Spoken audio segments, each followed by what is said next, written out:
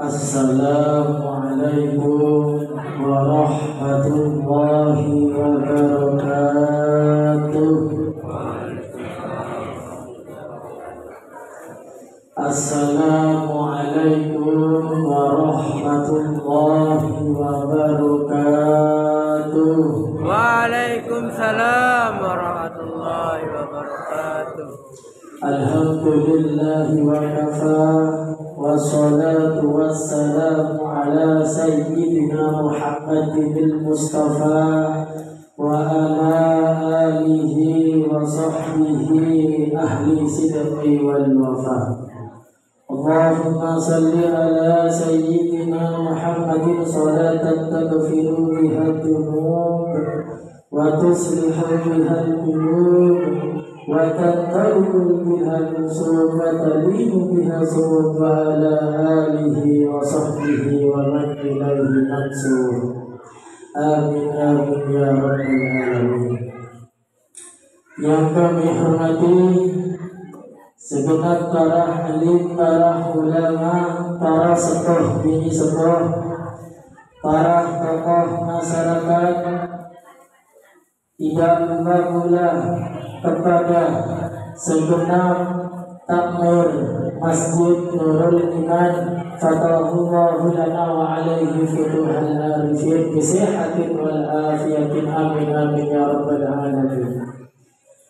Dan tidak lupa pula kepada segenap semua jamaah yang hadir pada malam hari ini.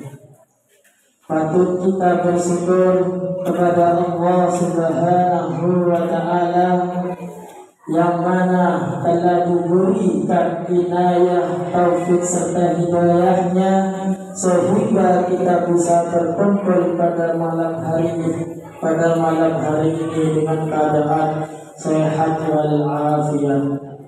Tidak sekedar sehat, tapi ada nikmat yang paling mahal, yaitu nikmat Islam wal iman. Salawatuhu wa salamuhu tetap tercurahkan kepada baginda Nabi Agung Nabi Muhammadin sallallahu alaihi wasallam, yang mana beliau telah menuntun kita dari zaman min zulmatin nufus wa nuri nuriyatil kudus, dari zaman gelap gulita, dari zaman kegelapan, zaman kejahilian, menuju zaman yang terang benderang, zaman yang serba dengan keilmuan, yakni ad-dinul Islam. Yang kami hormati segenap jamaah Masjid Nurul Iman, insyaallah dirahmati oleh Allah Subhanahu wa Ta'ala. Hari demi hari kita telah lalui, pagi bergantinya pagi ke siang, siang gantinya siang ke malam, hingga tidak terasa kita hidup pada saat ini, kita menghirup udara seenak ini, yaitu telah melalui pertengahan bulan yang penuh dengan kemuliaan, yaitu bulan Muharram, yang mana bulan Muharram itu termasuk bulan Ashhurul Hurum, bulan-bulan yang dimuliakan oleh Allah Subhanahu wa Ta'ala. Sebagaimana Allah berfirman di dalam Qur'annya, Bismillahirrahmanirrahim, Inna iddatas syuhuri indallahi isnata asyara syahra fi kitabillahi yawma khalaqas samawati wal ardh minha arba'atun hurum, yang artinya Allah Subhanahu wa Ta'ala telah menciptakan bahwasannya keseluruhan jumlah bulan-bulan yaitu ada 12. Namun bulan yang ke-12 itu Allah tetap masih menyisihkan, tetap masih membedakan yang jumlahnya bulan yaitu ada 4 yang disebut dengan bulan Ashhurul Hurum, bulan yang penuh dengan kemuliaan. Keempat-empatnya ini tidak saling bergandengan. Yang bergandengan hanya 3, yang satu hampir berpisahan.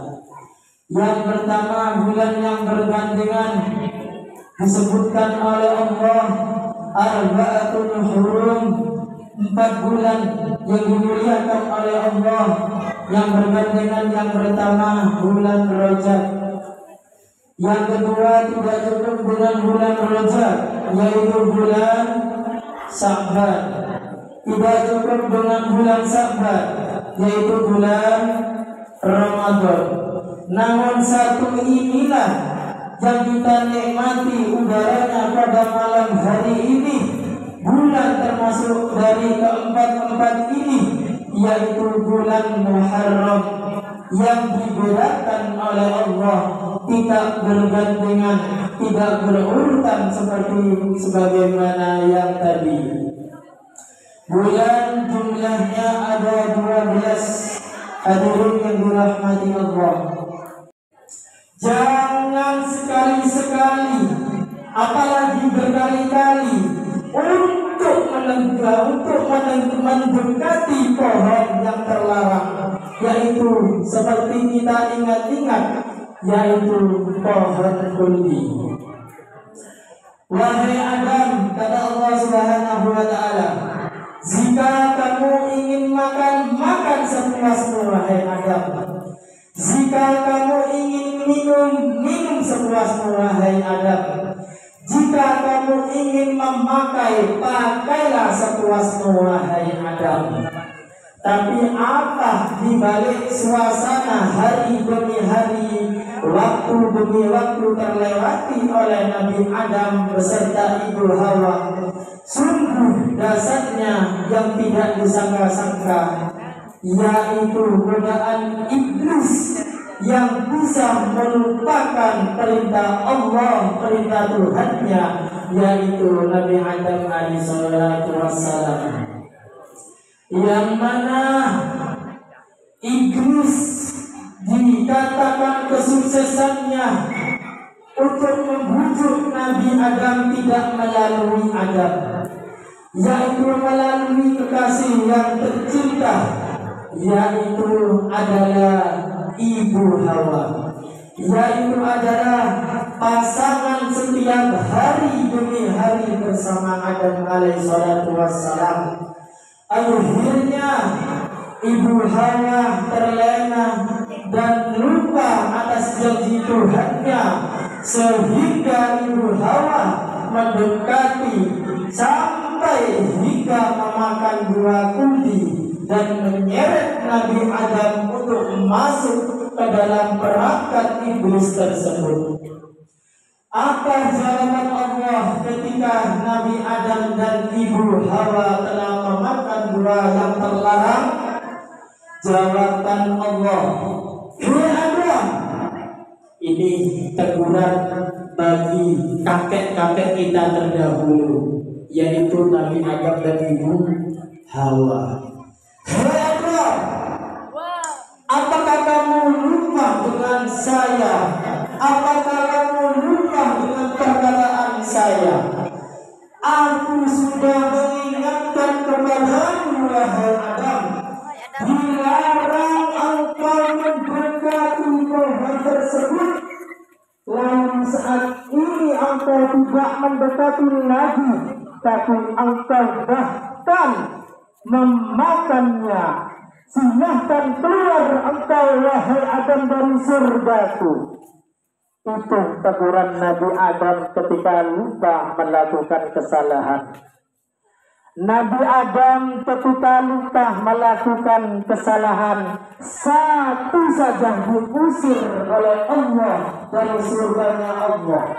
Apalagi kita yang setiap harinya waktu demi waktu, hari selang berganti, beribu-ribu kesalahan kita lewati, beribu-ribu kesalahan kita nikmati. Apakah pertanyaannya, apakah pantas kita untuk menduduki surganya Allah Subhanahu wa Ta'ala? Lanjut cerita yang Nabi Adam diusir. Ketika Nabi Adam diusir dari surganya Allah Subhanahu wa Ta'ala, Nabi Adam langsung bersujud, diturunkan di dunia langsung bersujud. Dikatakan di dalam riwayat Nabi Adam bersujud, dalam lama sujudnya Nabi Adam selama 400 tahun. Di dalam sujudnya Nabi Adam ngapain saja, wahai hadirin, wahai jamaah? Apakah Nabi Adam cuma untuk menangis menyesali perbuatan tersebut? Namun jawabannya tidak sebegitunya. Iya, Nabi Adam memang seorang manusia, pantas untuk susah, pantas untuk gelisah ketika khilaf melakukan kesalahannya. Tapi Nabi Adam di dalam hatinya diucapkan oleh lisannya mengingat Allah dengan berzikir, dengan beristighfar. Rabbana zalamna anfusana wa in lam taghfir lana wa tarhamna lanakunanna minal khasirin.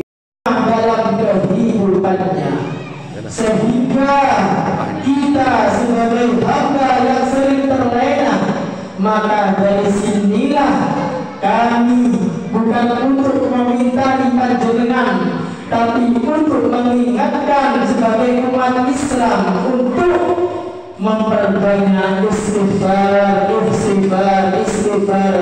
Astaghfirullahaladzim, astaghfirullahaladzim. Sebagaimana, wahai hadirin, telah disabdakan oleh baginda kita Nabi Muhammad sallallahu alaihi wasallam di dalam hadisnya, man aksara min istighfar, yang artinya barang siapa yang memperbanyak membaca istighfar, astagfirullah, astagfirullah, astagfirullah, subhanallah, subhanallah, alhamdulillah, alhamdulillah, ja'alallahu min kulli hammu farjan, maka niscaya Allah akan memberikan jalan keluar bagi setiap kesedihannya. Kita perlu ketahui, kata kesedihan ini adalah kata global yang mencakup tiga kata ma'rifat, tidak terkhususkan pada suatu perkara.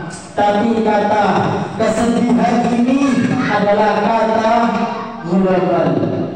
Kita jangan salah paham untuk mengartikan sebuah kesedihan. Kesedihan memang yang kebanyakan manusia itu dirasakan bahwasannya tidak memiliki uang, betul atau betul?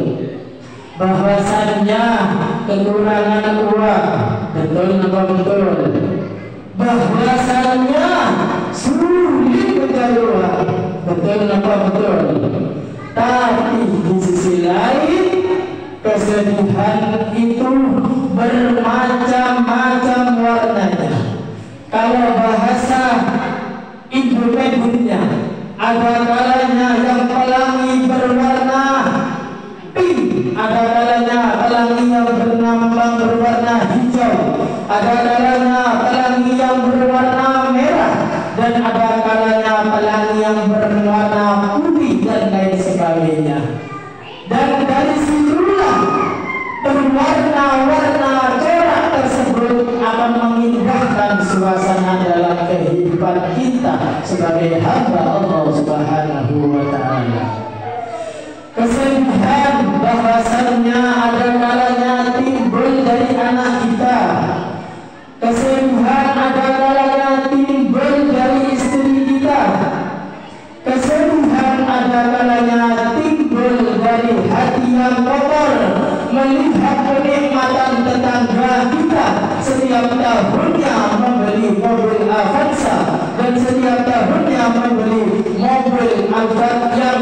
istimewa.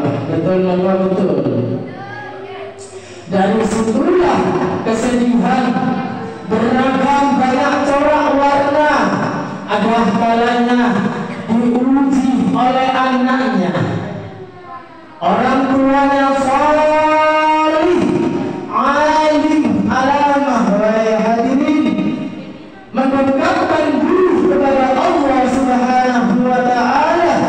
Setiap pengajian datang untuk menyantri ridha Allah Subhanahu wa Ta'ala.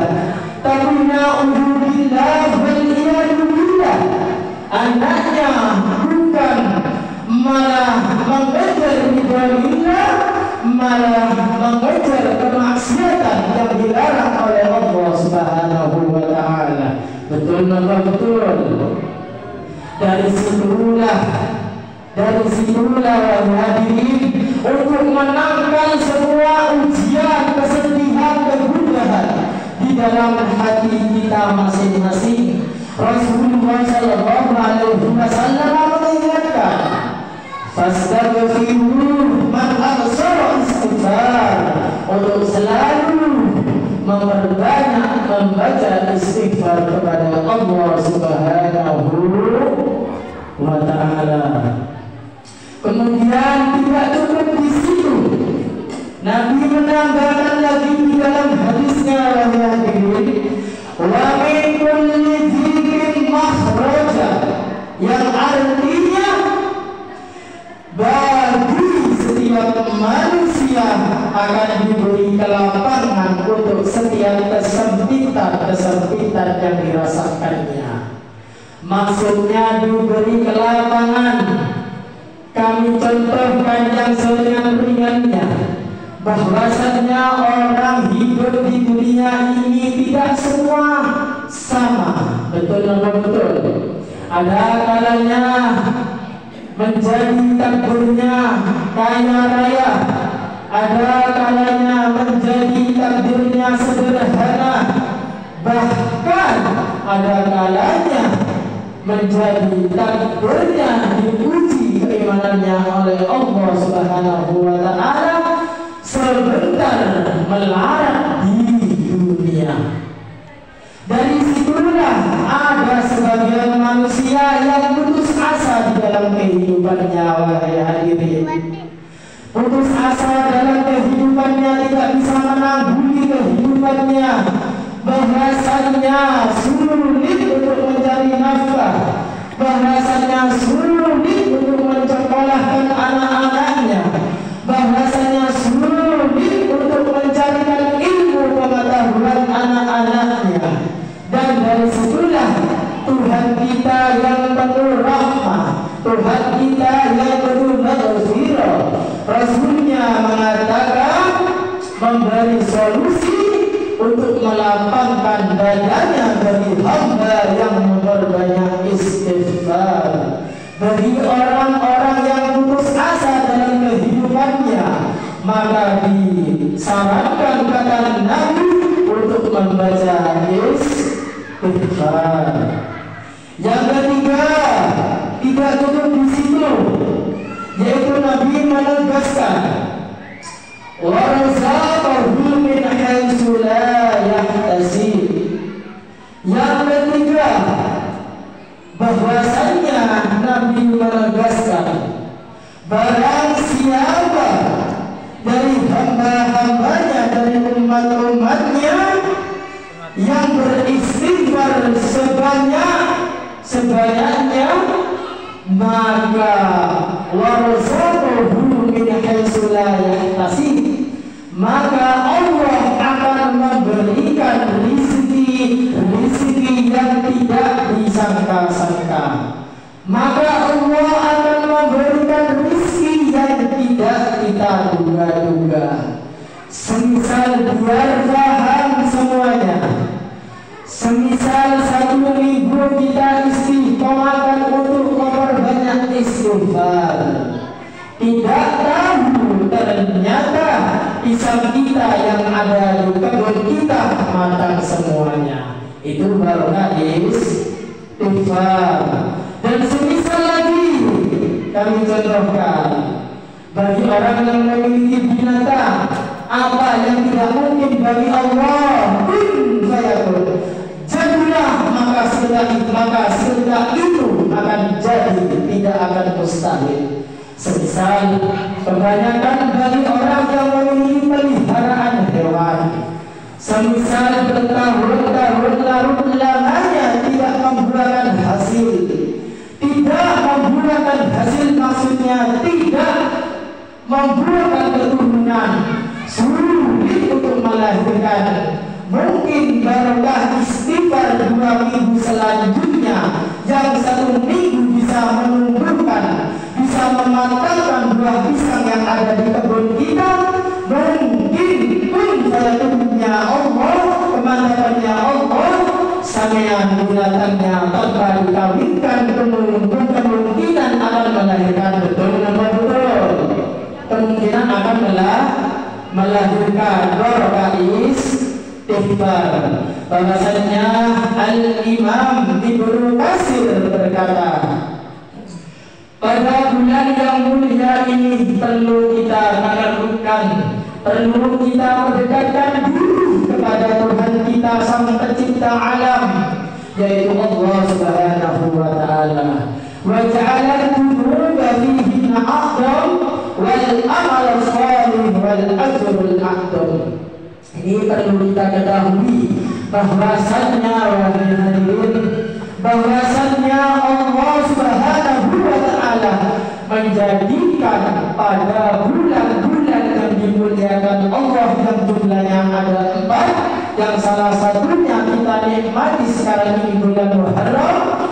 Barang siapa yang melaksanakan kemaksiatan, barang siapa durhaka kepada Allah dan Rasulnya, maka Allah tidak seperti biasanya, maka Allah akan melipat gandakan dosa-dosanya. Dan sebaliknya, wal amalu shalih wal ajrul a'dham. Dan sebaliknya, barang siapa yang mengerjakan, barang siapa yang melaksanakan amal yang shalih seperti kita kerjakan pada malam hari ini untuk bersedekah antara sesama umat Nabi Muhammad sallallahu alaihi wasallam, antara umat sesama muslim, antara umat keyakinan bersahadat kepada Allah Subhanahu wa taala, maka Allah akan melipat gandakan pahala-pahalanya, maka akan Allah melipat gandakan sedekah sampean panjenengan semuanya. Kalau kita telisiki satu demi persatu keistimewaan bulan Muharram, tidak ada habisnya, wahai hadirin. Ini cuma sekilas pengetahuan saya dan untuk menyingkat waktu. Bahwasannya yang kedua, yang pertama tadi Nabi Adam alaihissalatu wassalam telah melaksanakan kesalahan, telah melaksanakan kelumpuhan, yaitu berhubung dengan apa? Dengan istighfar. Rabbana zalamna anfusana wa illam taghfir lana wa tarhamna lanakunanna minal khasirin. Yang kedua yaitu diselamatkanlah Nabi Yunus alaihissalatu wassalam. Bagaimana ceritanya hadirin? Yang diriwayatkan oleh rawi sejarah, pada zaman dahulu Nabi Yunus alaihissalatu wassalam diutus oleh Allah untuk menghadapi kaum, kalau bahasa sekarang kaum yang benar, untuk menghadapi kaum-kaum yang jengkel, kalau bahasa sekarang, kaum-kaum yang batil, kalau bahasa sekarang. Apa ketika Nabi Yunus mengatakan kepada umatnya, mengatakan kepada kaumnya, hai kaum, hai umatku, maka ingatlah Allah, maka kerjakan apa-apa yang disuruh oleh Allah, karena suatu saat akan ada azab Allah jawaban dari kaum-kaum yang gagal yang benar ini. Jawaban dari kaum-kaum yang benar ini. Yunus, jangankan akan sekarang saya siap untuk menerima azab Allah. Yunus, sunnah naudzubillah. Kata akan gak usah Yunus kalau bahasa sekarang. Sekarang aja Yunus kalau Allah yang menurunkan azab. Kata Muhammad Nabi Yunus, saya sudah siap untuk menerima semuanya. Dari situlah Nabi Yunus, kamu akan menerima azab yang akan turunkan kepada kita. Hingga demikian Nabi Yunus hadirin terkelabui ucapannya sendiri bahwasanya kata akan bukan sekarang azab Allah yang turun, tapi menggunakan akan bisa besok, akan bisa tahun besok, akan bahkan turunnya 100 tahun yang akan datang. Hingga Nabi Yunus hadirin Yunus agak meragukan perkataan yang dilaksanakan dan diucapkan oleh umatnya sendiri. Apa yang dialami Nabi Yunus di dalam hati kecilnya, bukan di mulutnya. Ini masih hasil kecilnya Allah mengingatkan kepada Nabi Yunus. Ya kalau begitu, kalau akan ada Allah yang turun, ya secepatnya aku akan berlari, aku akan meninggalkan kalian sehingga aku selamat dari azab Allah. Dan dari situlah Nabi Yunus juga menggunakan akan, memantapkan akan baik tahun depan, baik yang 100 tahun depan, bahkan 1000 depan. Nabi Yunus melarikan diri. Nabi Yunus menyelamatkan diri. Hingga suatu saat Nabi Yunus ingin menaik kapal, ternyata tidak dibuka. Ujian Allah turun kepada Nabi Yunus. Ujian Allah menegur Nabi Yunus sehingga perahu kapal yang ditumpangi Nabi Yunus hingga mendadak seketika. Kebingungan orang-orang yang beriman, siapa gerakan yang naik kapal yang membuat kapal berhenti mendadak ini? Siapa penyebab virus yang menyebabkan kapal mendadak ini mati seketika? Hingga diundi wahai hadirin, diundi sampai 3 kali. Diundi yang pertama, apa yang keluar? Nama Yunus. Hingga diundi yang kedua, apa yang keluar? Yunus.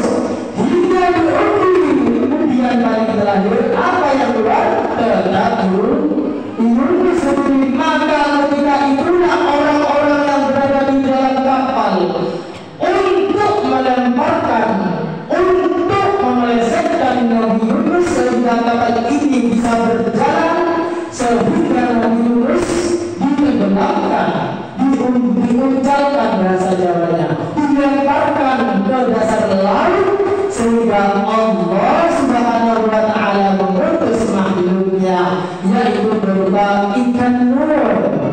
Hei nur, kata Allah Subhanahu wa Ta'ala, makanlah Yunus biar selamat, tapi jangan dibunuhnya, urusan kamu sama saya. Makanlah saja, tapi jangan dibunuhnya, rusak ini Yunus kalau dibunuhnya, kata Allah Subhanahu wa Ta'ala berkata kepada ikan nur. Makanlah saja nur, namanya ikan nur. Makanlah saja ikan nur, langsung ditelan, tapi jangan dikunyah. Kalau awas kamu kalau dikunyah, rusak urusan sama saya, kata Allah Subhanahu wa Ta'ala. Hadirin, apa yang terjadi? Hingga ikan nur memakan Nabi Yunus alaihissalatu wassalam, sehingga dikatakan oleh ulama, dikatakan di dalam Quran, Bunatus salas, Nabi Yunus mengalami 3 kegelapan. Yang pertama, kegelapan dari gelapnya perut ikan. Yang kedua, gelapnya dari gelapnya lautan. Yang ketiga, gelapnya dari gelapnya awan. Maka Nabi Yunus ketika itulah mengingat-ingat perkataannya dahulu yang menegur umatnya kata akan. Hingga Nabi Yunus tersungkur langsung sujud di dalam perut ikan. Gimana membaca apa Nabi Yunus di dalam istighfarnya? La ilaha illa anta subhana inni kuntu minadh dhalimin. Lah dari situlah kita diperintahkan lagi. Yang pertama kita diperintahkan oleh Nabi Adam, dan yang kedua kita mengambil iktibar dari kakek-kakek dahulu, yaitu mengambil untuk segera membaca istighfar.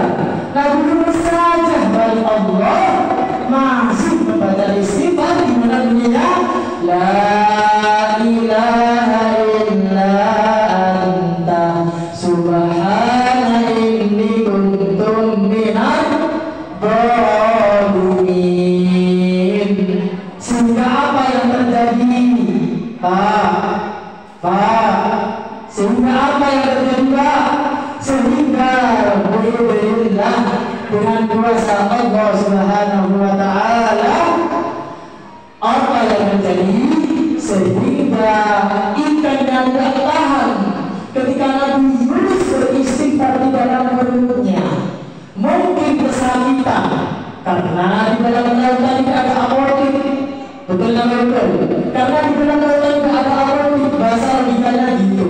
Maka dari situlah ikan Nuh yang diputus oleh Allah memuntahkan Nabi Yunus, memuntahkan Nabi Yunus jatuh pada tanggal 10 Muharram, sehingga pada tanggal 10 Muharram bagi umat Islam dianjurkan untuk melaksanakan puasa.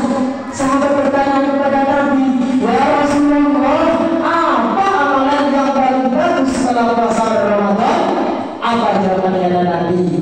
Yaitu puasa bulan Asyura tanggal 10 dan tanggal 9. Tapi bukan tanggal 1, tanggal 10 dan tanggal 9. Maka dari situlah kita dianjurkan untuk memperbanyak istighfar. Astaghfirullahaladzim. Dan mengingat kita Nabi Adam yang tadi kesimpulannya belum. Nabi Adam alaihissalatu wassalam, kembali ke topik yang awal. Nabi Adam alaihissalatu wassalam dipertemukan dengan kekasihnya siapa? Ibu Hawa, jatuh pada tanggal 10 Muharram. Nabi Adam dipertemukan oleh istrinya Ibu Hawa jatuh pada tanggal 10 Muharram. Nabi Yunus diselamatkan, Nabi Yunus bisa bersiap kembali, dikuntahkan, diselamatkan oleh Allah dengan idznillah dan hidayah, jatuh pada tanggal 10 Muharram. Maka malam hari inilah kita mesti dikasih kesempatan yang sebenar-benarnya hidup dengan membawa iman dan Islam untuk membaca istighfar. Yang terakhir, yaitu ada suatu saat kekasih Allah yang jatuh pada tanggal 10 Muharram diselamatkan oleh Allah Subhanahu wa taala. Siapa namanya? Bu, siapa namanya Bu? Yaitu adalah Nabi Nuh alaihissalatu wassalam. Nabi Nuh alaihissalatu wassalam dikasih hidup oleh Allah selama 950 tahun. Masya Allah, fase-fase ini masa-masa sangat jauh hadirin, sangat jauh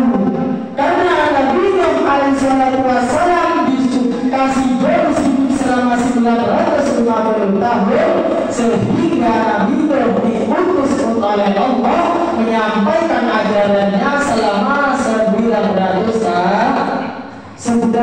tahun, masih tersisa 50 tahun. Wahai hadirin, apa yang dialami oleh umat Nabi Nuh, Masya Allah, bahkan lebih rewel, bahkan lebih bencana, bahkan lebih kejahat, bahkan lebih bajingan, tapi bahkan lebih sulit diatur oleh Nabi Nuh alaihissalatu wassalam. Nabi Nuh alaihissalatu wassalam, bayangkan ketika berdakwah selama 900 tahun, setiap 10 tahunnya Nabi Nuh hanya memiliki satu umat. Bapak-bapak, ibu-ibu, coba kita bayangkan, kita kalau sebagai disandang gelarnya diberikan kepada kita sebagai Nabi Nuh, maka kita tidak akan sanggup, maka kita tidak akan siap untuk menerima ujian itu. Bahkan kita pun 1 tahun yang berjualan, 1 tahun saja pembelinya 1 pasti akan rugi. Politik juga ketika mengajukan partai 1 tahun saja tidak banyak yang menyoblos, tapi hanya 1 pasti rugi. Tapi apa Nabi Nuh alaihissalatu wassalam, beliau menyikapinya dengan penuh kesabaran, beliau menyikapinya dengan penuh ketabahan, hingga sampai bentuknya kaumnya Nabi Nuh. Ketika Nabi Nuh berdakwah di tengah-tengah kaumnya sungguh sangat biadab hadirin. Kaumnya ketika Nabi Nuh berdakwah tidak menghargai sama sekali. Bahkan ketika berdakwah, kaumnya menutup telinga. Apakah gak ngece, betul kata bahasa Jawanya, kata kalau bahasa Balinya. Apakah tidak ngece? Apakah tidak ngetrek yang berjuang kalau itu, kata bahasa Jawanya. Saya tidak paham sebegitu bahasa Bali, maaf. Karena setiap 900 tahun Nabi Nuh berdalam perjuangan dakwahnya untuk menyembah Allah Subhanahu wa taala, 10 tahun dikasih 1 umat, 1 pengikut. Bahkan dikatakan di dalam sebuah riwayat jumlah kaum umat pengikut Nabi Nuh hanya 80 kali. Itu sebegitu luasnya, sebegitu panjangnya 900 tahun, hingga memiliki umat berapa? 80 kali. Hingga Nabi Nuh curhat kepada Allah, ya Allah, ya Tuhanku, ya Rahman, ya Rahim. Begitu beradabnya engkau ya Allah, begitu beradabnya hamba yang turunkan padaku ini ya Allah. Begitu berajarnya ya Allah kaum ini, engkau turun kepadaku ya Allah. Masa saya bersusah payah berdakwah kesana kemari, malah berulang kata orang Jawanya, tapi tidak dihargai Allah, malah ditutup telinganya ya Allah. Alergi dakwah, alergi dakwah. Sungguh na'udzubillah kalau ada orang yang alergi dakwah, ada orang yang berdakwah ditutup telinganya. Subhanallah. Hingga apa? Nabi Nuh curhat kepada Tuhannya, ya Allah, matikanlah semua orang-orang ini ya Allah, karena saya tidak sanggup ya Allah, saya tidak sanggup ya Allah. Bahkan selama 10 kali saya hanya menemui, hanya mengikut, hanya mengikat di dalam banyak orang tersebut, hanya memancing 1 saja katanya ya Allah, kata Nabi Muhammad SAW. Terus gimana ya? Kata Allah, ini jawaban Allah Subhanahu wa taala. Terus gimana ya Allah? Ini berdasarkan kembali Allah bercakap-cakap kepada Allah Subhanahu wa taala, biasa Pak. Biasa. Terus gimana keadaan Nuh? Ini gimana maksudnya Nuh?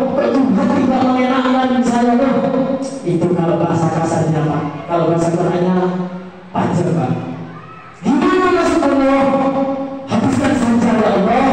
Habiskan saja, saya tidak kuat ya Allah. Apa jawaban Allah kepada Nuh? Nuh, kamu jangan pasrah seperti itu itu. Siapa tahu dari anak-anaknya, cucu-cucunya, cicit-cicitnya, canda-canda yang ada yang bersahadat, ada yang beriman kepadaku, kata Allah Subhanahu wa Ta'ala. Tapi apa jawaban Nabi Nuh? Tidak, saya tidak kuat ya Allah. Matikan saja ya Allah. Jika bertanya tolong, pasti anaknya kan kampret ya Allah. Apa maksudnya? Jika bertanya tolong, pasti anaknya nyopek. Bukan tidak akan jauh dari pohonnya ya Allah. Begitu mainnya juga ketika bertanya-tanya kepada Tuhannya. Ketika bertanya tolong, pasti anaknya kampret ya Allah. Ketika bertanya tolong, pasti anaknya nyopek. Terus gimana maksudnya beliau? Dimandikan segala senyumnya, dipanggil ajalnya, dicampur nyawanya atau disiksa. Terserah jenengan kata Nabi kepada Allah Subhanahu wa Ta'ala. Oke, setuju. Deal siap dong, tegar dong, siap ya Allah. Mandikanlah semua ini umatmu karena sungguh diajar kepada ya Allah. Tidak menghargai perjuanganku ya Allah. Kemudian Allah menginginkan, Allah memerintah kepada Muhammad SAW. Oke, kalau begitu, kalau deal kalau sepakat buatlah kamu kapal, buatlah kamu perahu yang besar. Apa jawabannya? Kapal terbuat dari apa ya Allah? Dari mana itu? Kayu itu dari mana ya Allah? Allah jawab dari pohon. Pohon itu dari mana ya Allah? Ya ditanam sehingga menjadi kayu dari buah baterai untuk penyelamatan bumi dan kolom-kolomnya. Hingga Allah memerintahkan Nabi Nuh disuruh untuk membuat kapal di tengah-tengah padatnya lautan. Apa yang terjadi wahai hadirin ketika Nabi Nuh membuat kapal di tengah-tengah lautan? Dari situlah kita bisa mengambil hikmah bahwasanya perjuangan dakwah itu penuh dengan perjuangan.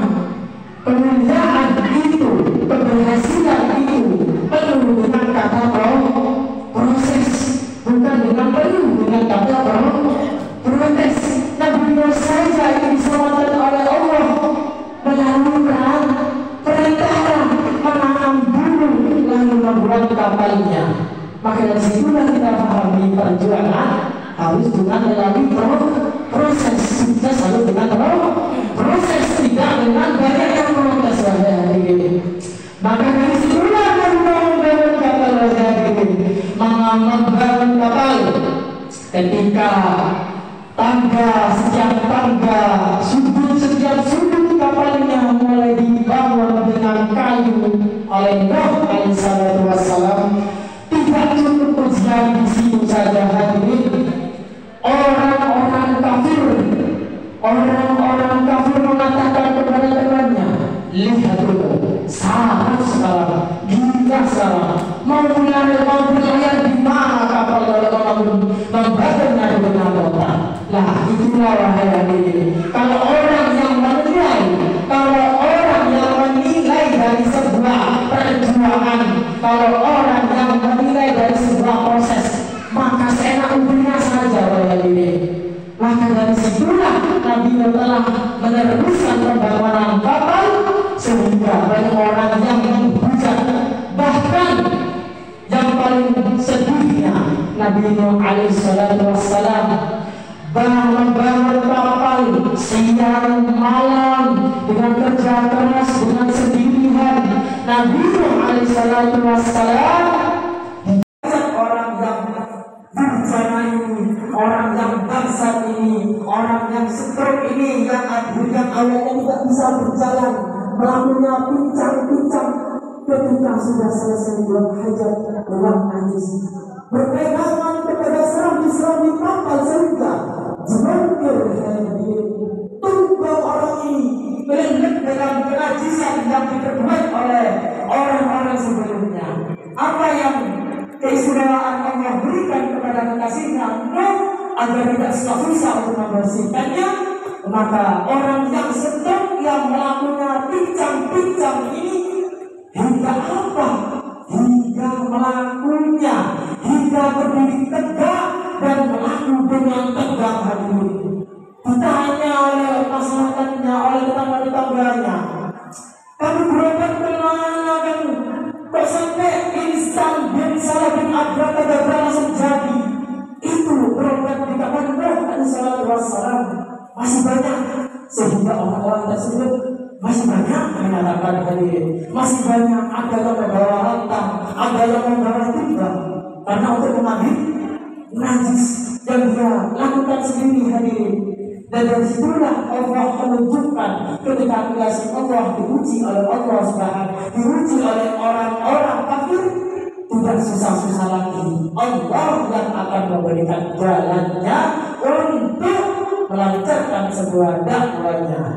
Dan dari situlah sehingga bersih bagi orang-orang setiap hari, setiap detik, setiap jam, bahkan setiap bulan-bulan membawa rantang, membawa termos untuk mengambil kotoran itu yang diyakini bisa menyembuhkan banyak penyakit hadirin. Dan dari situlah kapal Nabi Nuh bersih, sehingga ketika kapal renovasi sudah semua selesai, apa yang dikatakan Nuh kepada Tuhannya, ya Rabb, sudah selesai kapal ini ya Rabb, terus gimana ya Rabb, gimana taktiknya jalannya ini ya Allah ya Rabb. Allah memerintahkan kepada Nuh, hei Nuh, silahkan orang-orang yang berpasang-pasangan yang beriman untuk menaiki kapal Nuh, hei Nuh, silahkan binatang-binatang baik yang jahat maupun yang tidak jahat, segera kamu ajak wahyu, segera kamu kumpulkan wahyu untuk penyelamatan bahwasanya generasi masa depan. Dan disitulah kita bisa mengambil kesimpulan hadirin, penyelamatan umat yaitu ketika diselamatkan oleh kejadian peristiwa Nabi Nuh alaihi wassalam. Ketika semua berpasang-pasangan berkumpul di setiap tingkat sudut-sudutnya, tingkat bertingkat berkumpul, yang bawah bahasanya ada seekor binatang, khusus tingkat pertama seekor binatang, khusus tingkat kedua seekor bukan seekor, khusus tingkat yang kedua hambanya Allah Subhanahu wa Ta'ala yang beriman kepada Allah dan beriman kepada Allah Subhanahu wa Ta'ala. Kemudian Nabi Nuh apakah begitu langsung diam saja langsung berangkat? Tidak boleh. Nabi Nuh adalah pemimpin yang sejati hadirin. Nabi Nuh menanyai, Fulan bin Fulan hadir, Tukiman bin Tarjom hadir, Bakar bin Umar hadir. Terus selanjutnya hadirin, karena dari saat itulah mungkin ada jamaah dari Jawa Tengah. Semua hadir, apa ini? Awak hadir, kedua hadir. Mungkin kalau ada jamaah dari Cilacap itu Jawa Tengah. Namun apa? Dari situ Allah Subhanahu wa Ta'ala tidak melepaskan hatinya kekasihnya, yaitu Nabi Nuh alaihi wassalam, yang ada di dalam hatinya itu hanya kepikiran istri dan anaknya saja. Kalau umat-umat sudah berkumpul semuanya, mana istriku? Kan gitu loh kita hadirin. Mana istriku? Ditanya dari setiap sudut ke sudut. Bagaimana kabarmu? Apakah saya mengurus anakku? Kata bahasa Jawanya. Apakah saya mengetahui anakku yang bernama Kan'an?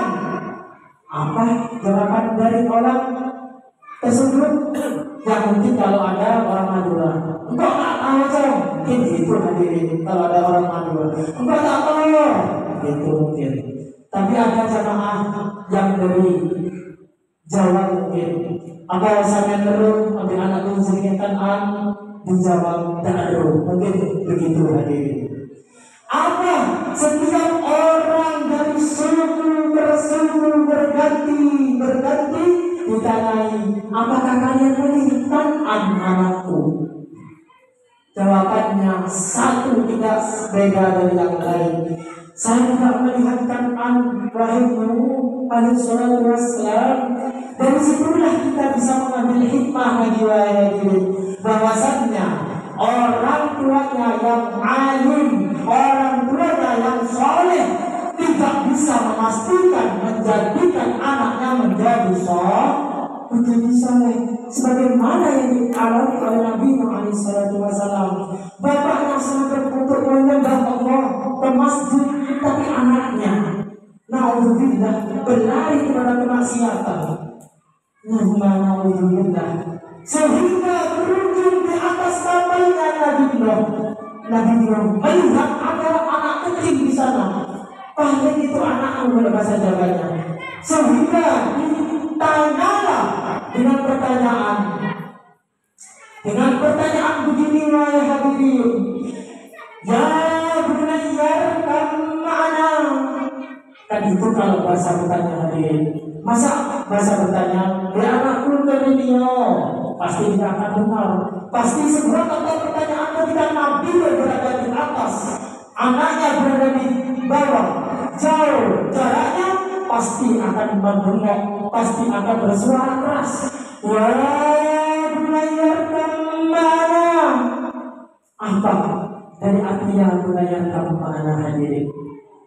Kalau bahasa kerennya, hei anakku Quran, di sini nak, ayo ikut sama papi, karena azab Allah akan turun sebentar lagi. Karena akan ada Allah yang akan turun, akan membasmi semua bumi. Itu kalau bahasa kerennya. Tapi apa jawaban dari kata hadirin? Wasa'alina jabalun karim ya'simuni minal ma'. Apa kata jawaban anak Nabi Nuh yang bernama Kan'an? Tidak, papi, aku tidak ingin ikut papi. Dan dari situlah ketika anak-anak kita terjerumus dalam adat orang-orang kafir, adat-adat kebiasaan orang kafir, tidak menciptakan nilai-nilai keislaman, maka siap-siap anak kita yang akan dimakan oleh adat-adat, oleh budaya orang kafir tersebut. Anak Nabi Nuh karena dimakan oleh budayanya orang kafir, umatnya yang tidak beriman kepada Nuh. Tidak, papi, jawabannya kepada ayahnya, saya akan di sini aja. Saya akan menaiki gunung, wahai papi, ketika badai tersebut datang. Ketika badai tersebut besar kelihatan, sehingga ya'simuni, ketika air tersebut tinggi, ilal ma' jabalun karim, saya akan naik gunung dan si cahaya akan selamat. Apa takdir Allah hadirin? Dan dari situlah Allah mengutuk hambanya yang engkes, yang ingkar, yang suka sombong kepada Tuhannya, kepada Sang Pencipta, meskipun tidak mengakuinya bahwasanya Sang Pencipta itu Allah Subhanahu wa Ta'ala. Itu nyata Tuhan seluruh alam, baik orang yang beriman maupun orang yang tidak beriman, bahwasanya Allah Subhanahu wa Ta'ala mengingatkan, semua dosa saya ampuni, kata Allah, tapi sirik jangan kamu sekali-sekali sirik kepadaku, jangan kamu sekali-sekali berpaling kepadaku, karena dosa itu yang saya tidak ampuni. Karena dari sinilah sekelumit cerita pada bulan Muharram, pada keistimewaan bulan Muharram, dari Nabi Adam ke Nabi Yunus, dari Nabi Yunus ke Nabi Nuh alaihissalatu wassalam. Semoga kita menjadi hamba-hamba yang beristiqomah dalam melaksanakan, mengerjakan, mengucapkan istighfar kepada Allah Subhanahu wa Ta'ala. Amin. Semoga kita menjadi hamba-hamba Tuhan Allah Subhanahu wa Ta'ala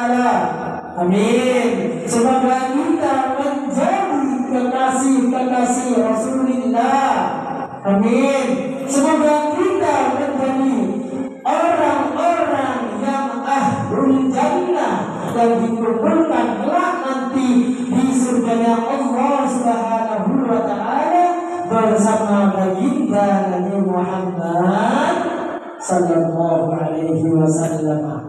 Maka dari situlah kesimpulan yang kita ambil pada malam hari ini, bahwasanya malam hari ini adalah malam yang dianjurkan untuk membaca, memperbanyak istighfar.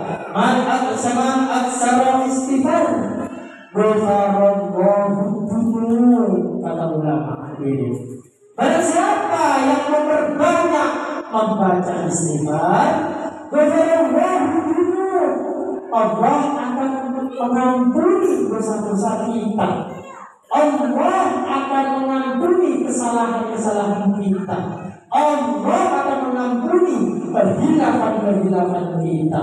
Maka dari situlah dengan momen yang diadakan oleh takbir masuk Nurul Iman yang sungguh luar biasa ini, mari kita syukuri dengan penuh rasa yang bahagia. Mari kita syukuri dengan penuh rasa yang suka.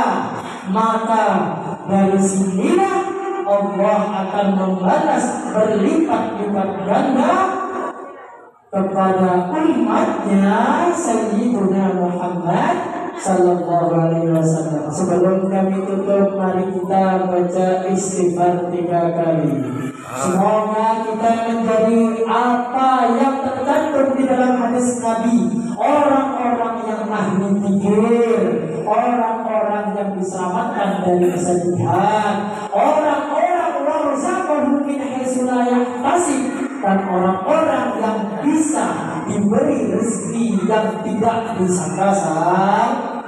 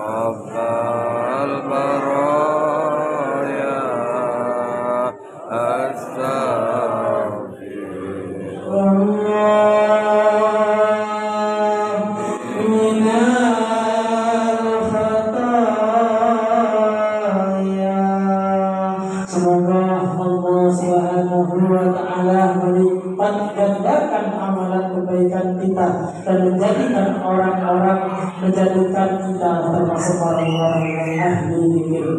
Cukup sekian dari kami. Bila ada kesalahan itu murni dari kami sendiri. Bila ada keistimewaan itu murni hak dari Allah Subhanahu wa taala. Apalah daya manusia bisa istimewa tanpa Tuhan Allah Subhanahu wa taala. Ungguru mengkola wala tadur mengkola wa in tajid aiban fasubbal falala adalla man lafihi aidan ma'ala. Akhir salam, wassalamu alaikum warahmatullahi wabarakatuh. Waalaikumsalam warahmatullahi wabarakatuh.